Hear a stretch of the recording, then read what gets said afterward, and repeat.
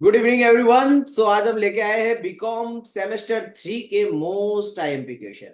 As you have seen in the semester 1 and 2 की Jain institute के IMP में से ही पेपर बनता है मोस्ट प्रोबेबली। ठीक है, तो इस बार सेमेस्टर 3 में सबसे पहला आपका जो एग्जाम होने वाला है 21 को, दैट इज कॉस्ट अकाउंटेंसी 1। उसके मोस्ट आईएमपी क्वेश्चंस जो है वो आज हम डिस्कस करेंगे और उसके रिलेटेड सारे क्वेश्चन एंड आंसर्स की कंप्लीट पीडीएफ एंड मटेरियल मैं आज आपको प्रोवाइड करूंगा। ओके, चलिए स्टार्ट करते हैं। चलिए तो समझते हैं अपने पैटर्न क्या है आपके बीकॉम के पहले सेमेस्टर 3 का जो एग्जाम होने वाली है, दैट इज कॉस्ट अकाउंटिंग 1 उसका नाम है। सबसे पहले मैं आपको सिलेबस दिखा देता हूं, फिर मैं आपको आईएमपी क्वेश्चंस की तरफ ले जाऊंगा। ओके, चलिए पहले सिलेबस की तरफ एक बार मूव करते हैं। डीएससी इसका सब्जेक्ट कोड है 231। सबसे पहला यूनिट जो है that is introduction to cost accounting, और जो लोग सीएमए कर रहे हैं और सीएमए ग्रुप 1 में है उनके लिए मजाक वाले टॉपिक है। ठीक है, और उसके साथ आएगा material costing. So basically we can say that कि ये थियोरिटिकल टॉपिक है आपका और ये आपका प्रैक्टिकल है। ठीक है, वेटेज कितना? 10 mark officially. Practical and theory questions की बात कर रहा हूं, एमसीक्यू होंगे वो अलग से। दूसरा यूनिट आता है आपका लेबर कॉस्टिंग, अगेन जो सीएमए इंटर ग्रुप 1 के अंदर है उनके लिए ये टॉपिक इजी है। ये भी आपको पूछा जाएगा 10 मार्क में, लेबर कॉस्टिंग का। तीसरा यूनिट आता है आपका overheads costing including activity based costing. But अभी तक के पेपर्स में ऐसा हुआ है कि एबीसी नहीं पूछा जाता आपको, सिर्फ ओवरहेड पूछा जाता है। और नीचे लिख लिया conceptual understanding of activity based costing. ठीक है, सिर्फ अंडरस्टैंडिंग के लिए रखा गया है, प्रैक्टिकल पूछने के चांसेस ना के बराबर है। सो ओवरहेड कौन सा? वही जो सीएमए इंटर वालों के ग्रुप 1 में आता है वो का वही है, again 10 mark question. And the last one is single और unit costing. Again CMA inter group 1 के अंदर यूनिट 1 के अंदर यूनिट कॉस्टिंग दिया हुआ है। ये भी आपको कितने मार्क में पूछा जाएगा? 10 मार्क में। तो 40 मार्क आपके ऐसे हो जाते हैं, 10 मार्क के एमसीक्यू होंगे, टोटल पेपर बन गया है 50 मार्क्स का। चलिए अब अपने देखते हैं कि लास्ट ईयर के पेपर में इन्होंने क्या क्या किया था और क्या पूछा है। एक बार उसको अपने देख लेते हैं। आप देख सकते हो क्वेश्चन नंबर 1 जो है इन्होंने पूछा है थ्योरेटिकल 5 मार्क में, what do you mean by cost accounting and discuss the advantage of cost accounting. और साथ में 5 मार्क का एक थ्योरेटिकल क्वेश्चन रखा है इन्होंने, जिसमें आपको ordering level, maximum level, minimum level and safety stock find out करना है। ओके, अगर आपको ये 5-5 वाले ऑप्शन में नहीं जाना है तो आप उसके और में जो आपको क्वेश्चन दिया है वो 10 मार्क का होगा, जिसमें आपको फीफो मेथड, लीफो मेथड या फिर वेटेड एवरेज मेथड का कोई भी एक छोटा सा क्वेश्चन पूछेंगे 10 मार्क के अंदर। So I think so better option आपको ऑप्शन वाले में जाना चाहिए, क्योंकि ऊपर थियरी में मार्क्स कट सकते हैं एंड टाइम कंज्यूमिंग भी है, क्योंकि ये वाला क्वेश्चन भी टाइम लेगा आपका थोड़ा बहुत, इसमें थोड़ा सा लेंथ भी ये लोग बढ़ा सकते हैं। और ये वाला तो डेफिनेटली आपको एडवांटेजेस जो है वो डिस्कस करने को बोला गया है यहाँ पे। सो फीफो लिफो वाला आपको इजी रहेगा। और इसके अंदर ये मिक्स पूछा है इन्होंने कि पर्टिकुलर डेट पे लिफो मेथड है and then after FIFO method है एंड उसके बाद वेटेड एवरेज मेथड है। So it is a combined question. But आप देख सकते हो बहुत ही बेसिक क्वेश्चन पूछा गया है, कोई उसके अंदर लॉस वॉस कुछ भी नहीं है, सिंपल क्वेश्चन इन्होंने डाला है। फिर आता है हमारा unit 2 which is labour costing. इसके अंदर 5 मार्क में ये लोग क्वेश्चन पूछ रहे हैं 2A करके, जिसमें आपको separation method and replacement method से आपको कैलकुलेशन करनी है। बट बिलीव माय वर्ड, ये क्वेश्चन 10 मार्क में भी पूछ सकते हैं ये लोग। ठीक है, इनका कोई भरोसा नहीं है, क्योंकि ये एक्चुअली 10 मार्क का होना चाहिए। साथ में इन्होंने देखो कितना इजी क्वेश्चन पूछा है 5 मार्क का एक और, जिसमें आपको time wage, piece wage, Halsey premium and ड्रोन प्रीमियम चारों का कैलकुलेट करना है। सर ऑप्शन में क्या पूछा है? तो ऑप्शन में एक इन्होंने normal and over time wages की कैलकुलेशन पूछी है। ठीक है, जिसमें आपको डेज वाइज आवर्स दिए हुए हैं, और ये बहुत ही इजी क्वेश्चन है। ऊपर वाले दो करो ना, उसकी जगह पे ये आप ऑप्शन वाला करोगे ना, तो लगभग आधे टाइम में ये ऑप्शन वाला क्वेश्चन आपका खत्म हो जाता है। फिर आता है हमारा यूनिट 3, जिसके अंदर जो था हमारा ओवरहेड्स। इसके अंदर 5-5 मार्क के कोई क्वेश्चन नहीं है, सारे क्वेश्चन 10 मार्क के रहेंगे। तो पहला 10 मार्क का जो क्वेश्चन होगा वो होगा आपका ओवरहेड के एलोकेशन का। ठीक है, जिसमें आप पढ़ चुके हो repeated distribution method and simultaneous equation method का। ABCDE 3 डिपार्टमेंट या 4 डिपार्टमेंट प्रोडक्शन के होंगे, 2 डिपार्टमेंट या 1 डिपार्टमेंट आपका सर्विस का हो सकता है, मैक्सिमम 3 डिपार्टमेंट आपके सर्विस के हो सकते हैं।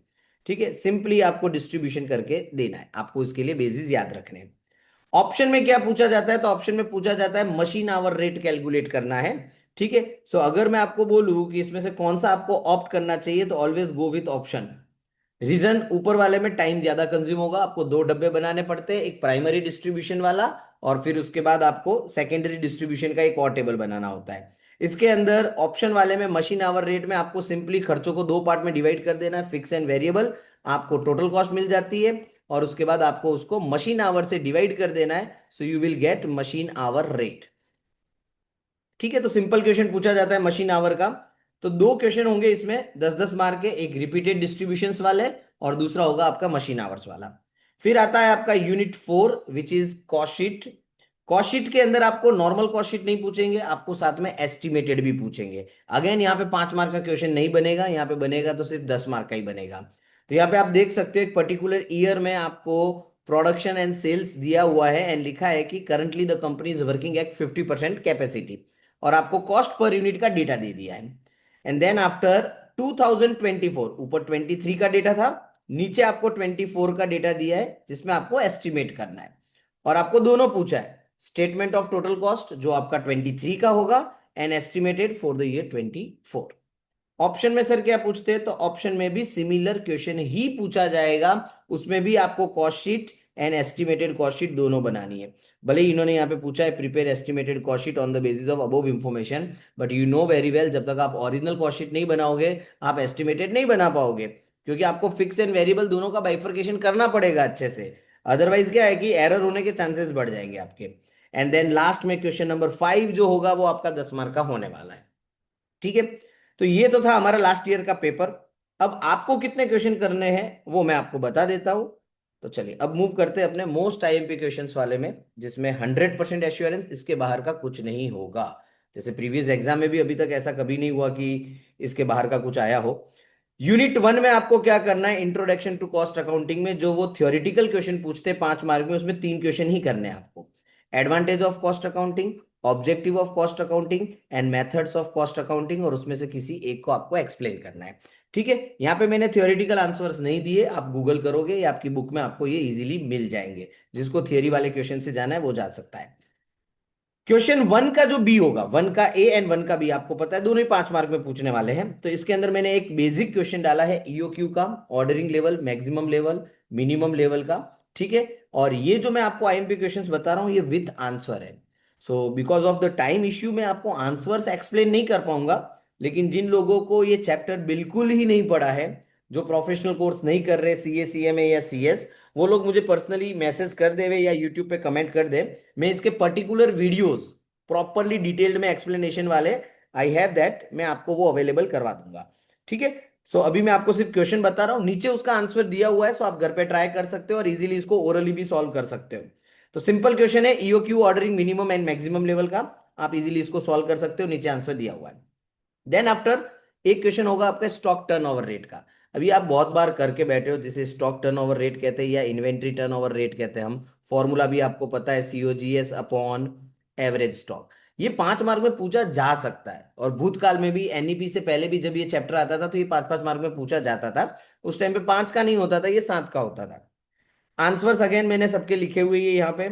एक और क्वेश्चन जो मैंने इसमें डाला है उसमें भी मटेरियल टर्नओवर रेट पूछा हुआ है, that is again nothing but stock turnover rate ही कहते हैं उसको। ये नया नाम दे दिया इन्होंने, मटेरियल टर्नओवर रेट। बस एक नया एडिशनल पॉइंट यहाँ पे डाला हुआ है इन्होंने कि जनरली जो स्टॉक जो है वो कॉस्ट प्राइस प्लस 20% पे वैल्यूएड होते हैं। तो आपको क्या करना पड़ेगा, अपने opening stock and closing stock को जो है ओरिजिनल प्राइस पे लाना पड़ेगा। इट मीन्स वॉट कि ये ओवर वैल्यूएड है 20%। मतलब ये जो अमाउंट आपको दी गई है ये 120 के बेसिस पे अमाउंट है, आपको इसको 100 पे कन्वर्ट करना है, उसके बाद आपको सीओजीएस फाइंड आउट करना है। ठीक है, सिर्फ इतना ध्यान रखना है, 5 मार्क आ जाएंगे इसमें। फिर क्वेश्चन नंबर 1 में आपको 10 मार्क के क्वेश्चन क्या पूछे जा सकते हैं, तो again EOQ, ordering level, minimum, maximum, average level, danger level, सारे लेवल पूछ डालेंगे 10 मार्क के अंदर। तो जरूरी नहीं है कि 5-5 का हो, लेकिन प्रॉब्लम क्या है ना कि इस यूनिट के अंदर थ्योरेटिकल एक चैप्टर डाल दिया, introduction to cost accounting. So definitely मुझे नहीं लग रहा कि यहाँ पे 10-10 का कॉम्बिनेशन होगा, यहाँ पे 5-5 और 10 का ही होने वाला है, क्योंकि उनको एक थियरी का क्वेश्चन पूछना ही पड़ेगा 5 मार्क के अंदर। या फिर वो ऐसा कर सकते हैं कि 10 मार्क का थियरी का क्वेश्चन डाल दे और ऑप्शन में 10 मार्क का आपको नॉर्मल कोई भी क्वेश्चन दे सकते हैं, ये पॉसिबिलिटी है, बट थ्योरी का क्वेश्चन जरूर होगा। सो अगेन ये आपका नॉर्मली इन्वेंट्री मैनेजमेंट का क्वेश्चन हो गया विथ आंसर। मैंने यहाँ पे पूरा उसको डिटेल्ड में एक्सप्लेन किया हुआ है, एक एक चीज विथ फॉर्मूला के साथ। क्वेश्चन नंबर 2 जो हो सकता है आपका, मतलब वही क्वेश्चन नंबर 1 में ही जो आईएमपी में दे रहा हूं, आईएमपी में ये सेकंड क्वेश्चन है आपका। सेकंड क्वेश्चन के अंदर मैंने यहाँ पे पूछा है लीफो मेथड। ये मोस्ट प्रोबेबली चांसेस है 10 मार्क में, बट पॉसिबिलिटी है 5 में भी पूछा जा सकता है, बिकॉज क्वेश्चन बहुत ही छोटा है। 3 परचेज दिए और 2 इश्यू दिए हुए और कुछ नहीं दिया हुआ। ठीक है, अगेन मैंने इसको यहाँ पे फुल्ली सॉल्व किया हुआ है। फिर एक और क्वेश्चन मैंने दिया है आईएमपी 10 मार्क के अंदर, जो फीफो मेथड का है एक्सक्लूसिवली। और उसके बाद एक क्वेश्चन जो अभी मैंने आपको बताया था कि लास्ट टाइम भी एग्जाम में पूछा गया है, FIFO LIFO and weighted average. ये तो खास करके जाना, क्योंकि यूनिवर्सिटी है ना, ज्यादा कुछ चेंजेस करेगी नहीं। पूछेगी ना तो बैठा पूछ लेगी, हल्की फुल्की अमाउंटें चेंज करेगी, बाकी कुछ भी चेंज नहीं होने वाला। ठीक है, सो ये क्वेश्चन आपको खास करना है 10 मार्क के लिए। फिर आ जाता है हमारा यूनिट 2। यूनिट 2 में भी हमने देखा था कि क्वेश्चन नंबर 2 जो होने वाला है आपका, जिसमें ए और बी वो 5 मार्क के होंगे और उसके ऑप्शन में 10 मार्क का क्वेश्चन होगा। तो क्वेश्चन नंबर 2 में 5 मार्क के क्वेश्चन कैसे हो सकते हैं, तो मैंने यहाँ पे फर्स्ट क्वेश्चन मेंशन किया है, जिसमें time wage, piece wage and effective wage rate आपको कैलकुलेट करना रहेगा। ठीक है, सो विथ एक्सप्लेनेशन मैंने वहां पे मेंशन कर दिया है। अगेन मैंने 5 मार्क का एक और क्वेश्चन डाला है, जिसके अंदर आपको time basis and piece wages के हिसाब से इसको कैलकुलेट करना है, और उसका भी मैंने एकदम सिंप्लीफाइड वे में आंसर दे दिया है। फिर एक और क्वेश्चन 5 मार्क्स का डाला है, जिसमें हेल्से एंड रोवन के हिसाब से आपको वो कैलकुलेट करना है। ठीक है, वो भी मैंने यहाँ पे फुल्ली एक्सप्लेन कर दिया, सिंपल है, सब कुछ दे दिया, कुछ भी नहीं करना था इसके अंदर। फिर एक और क्वेश्चन नंबर 4 डाला है, 4 क्वेश्चन मैंने इसके अंदर डाले लगभग, जिसमें piece rate, time rate, Halsey and Rowan सबका मैंने आपको पूछा है। ये भी 5 मार्क में हो सकता है, बट ये थोड़ा सा मुझे लेंथी लग रहा है, तो शायद यूनिवर्सिटी इसको 10 मार्क में भी कन्वर्ट कर सकती है। ठीक है, चलिए। फिर एक और क्वेश्चन है, सॉरी 5 क्वेश्चन है, इसके अंदर मैंने पूछा है हेल्थ से प्लान के हिसाब से आपको आंसर देना है। ठीक है, ये तो हो गए हमारे 5-5 मार्क के क्वेश्चन, हेल्थ से, रोवन, पीस, टाइम सब आ गया इसके अंदर। अब आते हैं 10 मार्क वाले क्वेश्चन। तो ये जो है separation, flux method, replacement and equivalent annual turnover rate. ठीक है, ये मैंने आपको सिखाया था ग्रुप 1 के अंदर। ठीक है, ये आपको खास ध्यान रखना है, 10 मार्क का जब क्वेश्चन होगा तो इस तरीके से ये सारी मेथड पूछेंगे, तीनों मेथड प्लस आपको ई ए आर भी पूछेंगे, equivalent annual turnover rate. Simple question है अगेन। फिर उसके बाद क्या क्वेश्चन पूछा जा सकता है, तो ये बहुत ही अच्छा क्वेश्चन है, जो मुझे लग रहा है कि पूछा जा सकता है।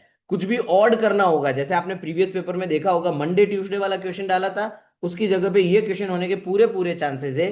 ये आपको सैलरी वाली फीलिंग देगा टैक्सेशन की।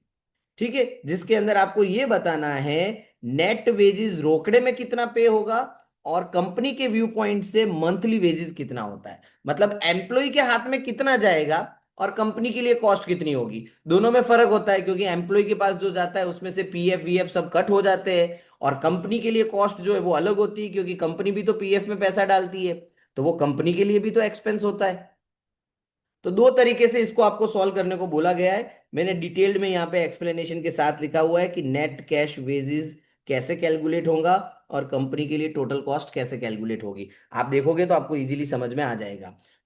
इसको मोस्ट मोस्ट आईएमपी कैटेगरी में डालता हूं मैं क्वेश्चन नंबर 2 को, जिसके सबसे ज्यादा चांसेस है।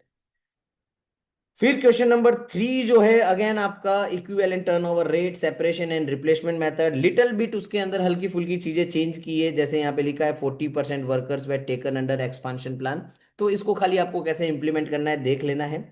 तो बस 3 क्वेश्चन आप अगर ये कर लोगे तो एक तो कंफर्म है एग्जाम में आएगा, और 5-5 मार्क वाले भी मैंने आपको बता दिए।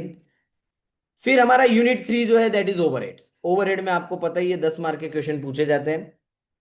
तो क्वेश्चन 3 का ए नहीं बोल सकते हम, क्वेश्चन नंबर 3 और उसके ऑप्शन में क्या आएगा मैंने दोनों यहां पे मेंशन किए। फर्स्ट क्वेश्चन, 2 सर्विस डिपार्टमेंट है और 3 प्रोडक्शन डिपार्टमेंट है, सिंप्लीफाइड क्वेश्चंस, और जिसके अंदर ये वाली चीजें डाली जा सकती है, जिसमें आपको एक जॉब शीट भी बनानी पड़ेगी।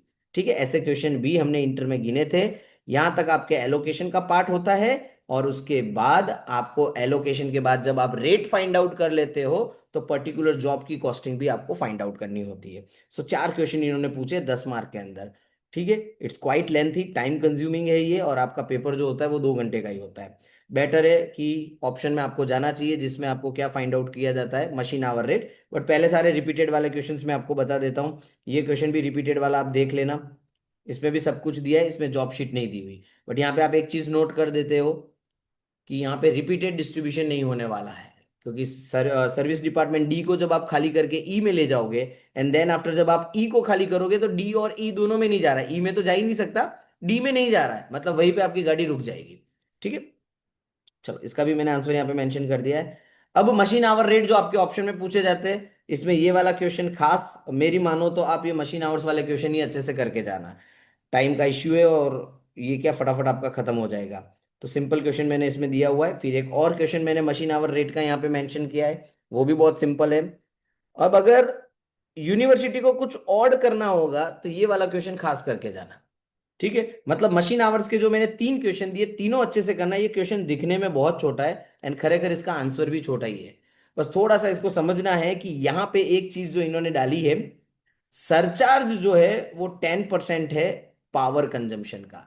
तो आपको याद होगा कि जब हम मशीन आवर्स निकालते हैं तो हमको पावर को बेस में लेना पड़ता है।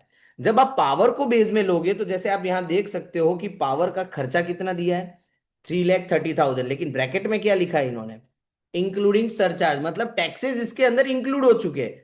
आपको जब मशीन आवर्स निकालोगे ना तो इसमें से टैक्सेस को एक्सक्लूड कर देना है। हाँ, आप फिक्स एंड वेरिएबल लिखोगे उसमें 330 ही लिखना है, लेकिन जब आप मशीन आवर्स की कैलकुलेशन करोगे तो 330 में आपको ये 10% वहां से एक्सक्लूड कर देना है। सो रफली 3 लाख रुपीज आपका पावर का खर्चा होगा और उसके बेस पे आपको मशीन आवर्स फाइंड आउट करने हैं। ठीक है, मैंने नीचे पूरा एक्सप्लेन किया, वही है वो। अब आते हैं अपने यूनिट 4 की तरफ, जिसमें आपको कॉस्ट शीट के क्वेश्चंस होंगे, 10 मार्क का ही होगा। क्वेश्चन नंबर 4 होगा और उसके ऑप्शन का। इसमें आप कोई भी ऑप्शन कर सकते हो, सबके सब इक्विवेलेंट है। ठीक है, यहाँ पे आपको normal trading P and L दिया हुआ है एंड 14-15 का आपको एस्टिमेट करने को बोला है। पूछेंगे मोस्ट प्रोबेबली दोनों, करंट कॉस्ट शीट बनाओ एंड नेक्स्ट ईयर की एस्टिमेटेड कॉस्ट शीट बनाओ। आंसर के साथ मैंने इसको यहाँ पे पूरा डिटेल्ड में एक्सप्लेनेशन दे दी है आपको।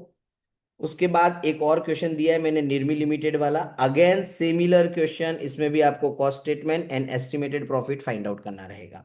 बट ये वेराइटीज में आपके सामने प्रेजेंट कर रहा हूं कि ये 2-3 वेराइटी के क्वेश्चन ही आपके एग्जाम में पूछे जाएंगे। ठीक है, फिर एक और क्वेश्चन मैंने डाला है नेल लिमिटेड करके, अगेन सिमिलर क्वेश्चन है, उसमें भी आपको दो चीजें, current year cost sheet and tender cost sheet आपको प्रिपेयर करनी है। Tendered cost sheet is nothing but your estimated cost sheet. ठीक है, इसका मतलब वही होता है। फिर चलो एक और उत्सव लिमिटेड करके क्वेश्चन डाला है मैंने, क्योंकि थोड़ा सा ये ऑड लग रहा था तो शायद यूनिवर्सिटी इसको भी डाल सकती है। बस एकदम सिंपल है, इसमें सिर्फ टेंडर कॉस्ट शीट पूछा है और सिर्फ एक या दो ही पॉइंट में चेंजेस करने को बोला है, सो ये ज्यादा लेंथी नहीं है, एकदम इजी रहेगा आपके लिए। ठीक है, बस इतने क्वेश्चन आप कर लो, इसके बाहर का एक भी नहीं आएगा। आपको ऑप्शन के साथ नहीं जाना है, तो मैंने जैसा बताया, जैसे क्वेश्चन नंबर 1 है तो उसमें ऑप्शन वाले क्वेश्चन कर लो खाली, क्वेश्चन नंबर 2 में भी ऑप्शन वाले कर लो, क्वेश्चन नंबर 3 में भी ऑप्शन वाले कर लो, बट क्वेश्चन नंबर 4 में सारे करना। ठीक है, क्योंकि कोई भी क्वेश्चन हो सकता है, आप एक आध क्वेश्चन के साथ जाओगे तो शायद थोड़ा फंस जाओगे। नाउ सीएमए इंटर ग्रुप 1 वालों के इंटर में भी ऐसे ही क्वेश्चंस पूछे जाते हैं। सो लेवल यूनिवर्सिटी ने वही मेंटेन किया है। इट्स नॉट लाइक दैट कि ना यूनिवर्सिटी जो है एकदम बेसिक के लेवल पे क्वेश्चंस पूछेगी, आपको क्वेश्चन इसी लेवल के पूछे जाते हैं। एंड समटाइम्स जैसे ग्रुप 2 में भी मैंने देखा था, जो आपके बजट के क्वेश्चंस होते थे, वो बेसिकली अगर आप चेक करोगे ना तो सेम 5 में जब आप बजट पढ़ोगे ना तो उसके साथ डिट्टो मैच होते हैं, अमाउंट के साथ मैंने क्वेश्चन देखे हैं जो बिल्कुल बिल्कुल मैच होते हैं आपके ग्रुप 2 के बजट के क्वेश्चंस के साथ, आपके एग्जाम के क्वेश्चंस के साथ। सो ये पूरा स्टडी करने के लिए आपको एक सबसे बड़ा फायदा है कि आपके ना बहुत सारे यूनिट कवर हो रहे हैं।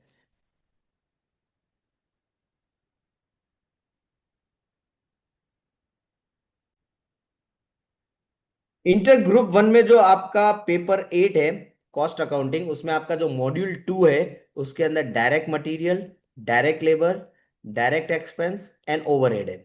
और अभी जो आप बीकॉम का पेपर देख रहे हो उसमें डायरेक्ट एक्सपेंस वाला चैप्टर अगर आप निकाल दो तो पूरा का पूरा आपका ये जो 15% वेटेज वाला है, लगभग कई बार 20% भी पूछा जा सकता है इसमें, मतलब 15 से 20 मार्क आपके इंटर ग्रुप 1 की तैयारी भी इसके साथ हो जाएगी अच्छी खासी। फिर जो कॉस्ट शीट पूछा जाता है वो आपके मॉड्यूल 1 से पूछा जाता है, और मॉड्यूल 1 का ऑफिशियल वेटेज जो है वो इंस्टीट्यूट ने 5% का रखा हुआ है। बट आप पिछले साल के पेपर्स देखोगे तो 7 मार्क्स के दो दो क्वेश्चन पूछे जाते हैं, एक थ्योरेटिकल क्वेश्चन होगा और एक प्रैक्टिकल क्वेश्चन जो कॉस्ट शीट से बिलोंग करता है।